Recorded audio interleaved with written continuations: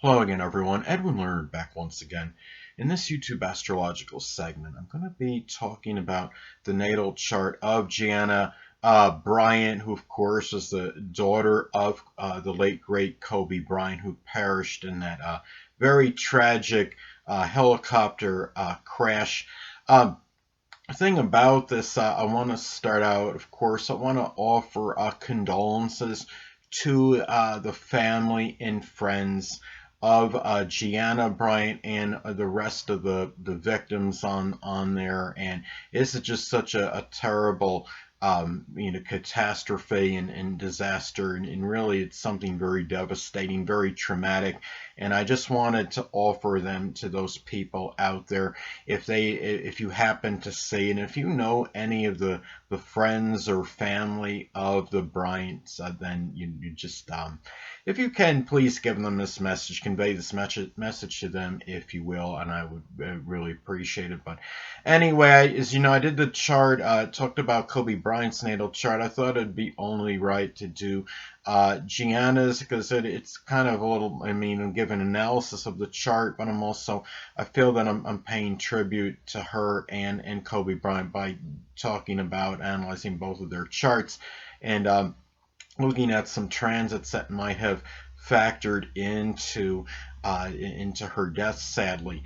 Now, when I looked at what was interesting about Gianna's chart is that, having a Taurus sun and an Aquarius ascendant, squaring each other. They're very, though those signs they might not be opposition, but they could be very diametrically opposed in terms of their energy. That she probably felt very misconstrued by others, I believe, because the sun in Taurus, the true, which represents the sun, represents the true self in astrology, is really very often very conservative, conventional, might even be seen as monotonous and very routine-like, and nothing really, overly unorthodox about Taurus. They're very conservative, but when you look at, but then when you see, Aquarius ascendant is almost the opposite. Aquarius ascendant, of course, could be very eccentric, very unorthodox.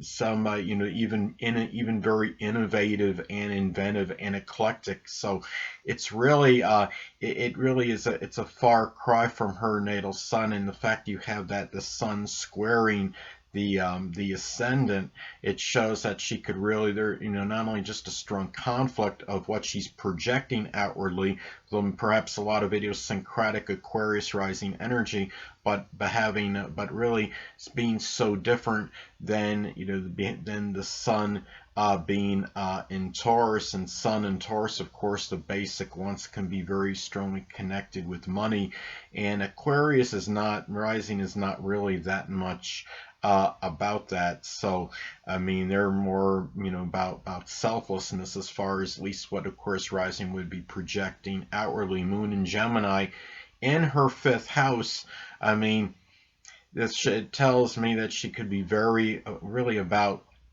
as far as emotional needs, having variety, versatility in the fifth house of sports.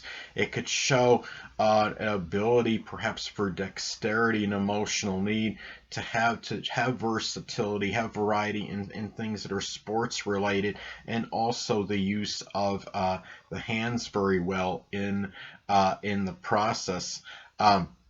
I thought another thing, when I noticed too in the chart, if I'm not mistaken, Kobe Bryant's natal Jupiter, I believe, is conjunct her Saturn in the sixth house. So it tells me that he could have really been very fortuitous for her career, which could be sports related, something that could have put her really in the limelight and gave her notoriety, since we're talking about Saturn in Leo, which at Jupiter, I believe, was conjuncting. So anyway, about the thing about this is too, is that when we look at this, as far as the tragedy with the helicopter crash, and being in that perilous situation, sadly, that Gianna was in, there was some transits that sadly I did see that could have factored into this. Now, she had at the time transit Saturn was in her 12th house, which of course could be an indicator of the father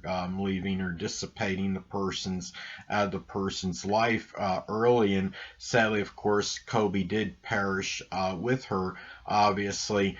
Now, she also had the transit North Node in Cancer was not far from her natal Mars at the time that this occurred. And when you're talking about the North Node in transit, it can often involve things that we have to confront. And this could have manifested, sadly, in this case, confronting something that would be accident related, that could involve a family member, sadly. Now, also, too, transit Chiron was and Aries was very close to her North Node, and the North Node, though it wasn't in transit, was involved in a transit, and because it was being impacted, it was being conjunct by the transiting Chiron. And Chiron, of course, can be about wounds, sometimes physical, and Aries, of course, is the sign of accidents. So and it's not shocking that something did happen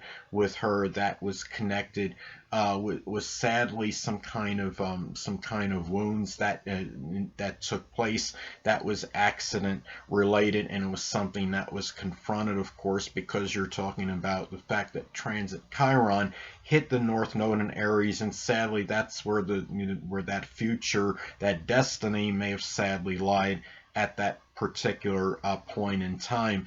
But the thing is, and when you're talking about suffering wounds that could impact one's future, and sadly, it was something that was perilous in this particular instance. Now, also, you're talking about transit Pluto was in her 12th house as well. So sadly, this could indicate an ending that could be tied in with one's death, and one where an ending can be one that's very destructive, of course, because that sadly is that what Plutonian energy can be about.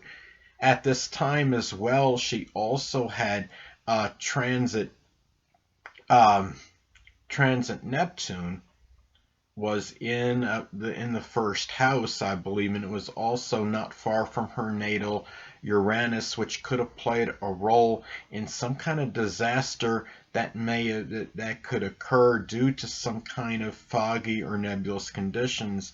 I saw that they proceeded with the ride, according to an online report, in spite of the fact that the conditions were foggy. So and of course Neptune energy, Neptune/Pisces energy, can correlate with fog. So those are some ways I think this may have manifested, sadly, in this untimely death. And also too, the position, her fourth house cusp, and the fourth house, of course, rules that latter or end part of life in astrology.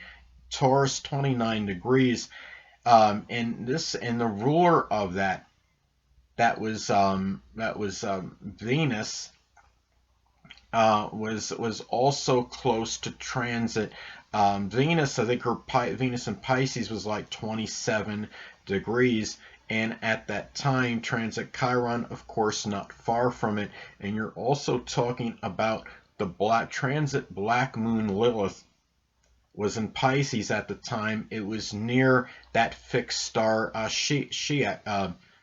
I'm not saying it right, sheet position. Sorry if it sounds like I'm saying something else, but I'm saying that fixed star position. And that fixed star sheet can be connected with tribulation, and sometimes, which wouldn't exclude an accident that could be connected with a plane, in this case a helicopter. And at that time, and going back to the analysis I did with Kobe Bryant's chart, that transit Black Moon Lilith in Pisces was very close proximity, very close conjunction to Kobe's natal third house cusp. Of course, his chart was based on a C rating at astro.com, but it's still going with it because of nothing else to go with at the time. And of course, the third house can be connected with short journeys in astrology. And you're talking about, I mean, that's a very, critical, as far as a critical transit, and that may have really strongly played a role in what had transpired with Kobe Bryant as far as that short journey went, sadly. And of course, Piscean energy can be connected with things that are unclear, nebulous, that are associated with fog. You're talking about 29 degrees Pisces, of course. 29 degrees a critical degree, and 29 degrees can be symbolic of endings, of course, in astrology. So, I mean, those are some things I wanted to talk about as far as Gianna's chart went, and as far as how these transits may have impacted her, and sadly may have sadly played a role at that end of life. Again, going back to her, that ruler that of her fourth house cusp. Of course, that's Venus in uh, that is Venus in Pisces, and having the transit Black Moon Lilith very close to it, not far from it at the time. And also the fact that you're talking about at this time as well, you're talking about transit Chiron was not far from that fourth house ruler of the end of, or the latter part of one's life. So I think those are some ways that this might have manifested and panned out. And sadly, too, I noticed when I was looking at the synastry between Kobe Bryant's chart and Gianna Bryant's chart is that Kobe Bryant sadly had his Mars in Libra in Gianna's intercepted eighth house of death, and Mars is the intercepted ruler of Bryant's third house, which of course is short journeys. But you're also talking in the fact that falls in the eighth house of Gianna's chart. The eighth house is connected with death.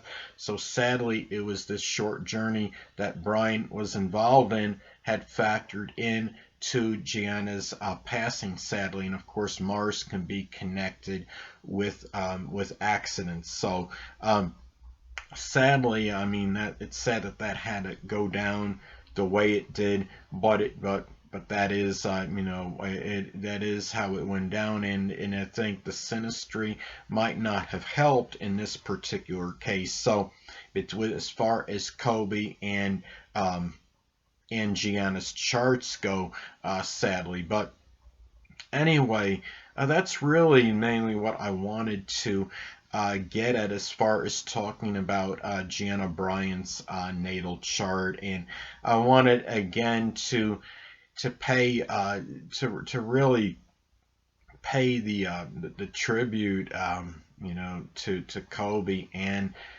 Gianna. The thing about the fact that looking at again with Gianna's chart, and having, and really, I mean, the Sun and Taurus being, having just as far as the basic nature, the wants, the basic character being about strong powers of persistence and determination, and latent energy, and the fact that this, I mean, being flavored with Aquarius rising, she might have used a lot of that strong determination and endurance to perhaps become a transcendent figure, maybe doing something in female sports that maybe may not have been ever accomplished before. It would not have surprised me with Neptune in her first house. Of course, she was very strongly, I'm sure, about attaining dreams, and being in Aquarius, one of perhaps a very unusual nature.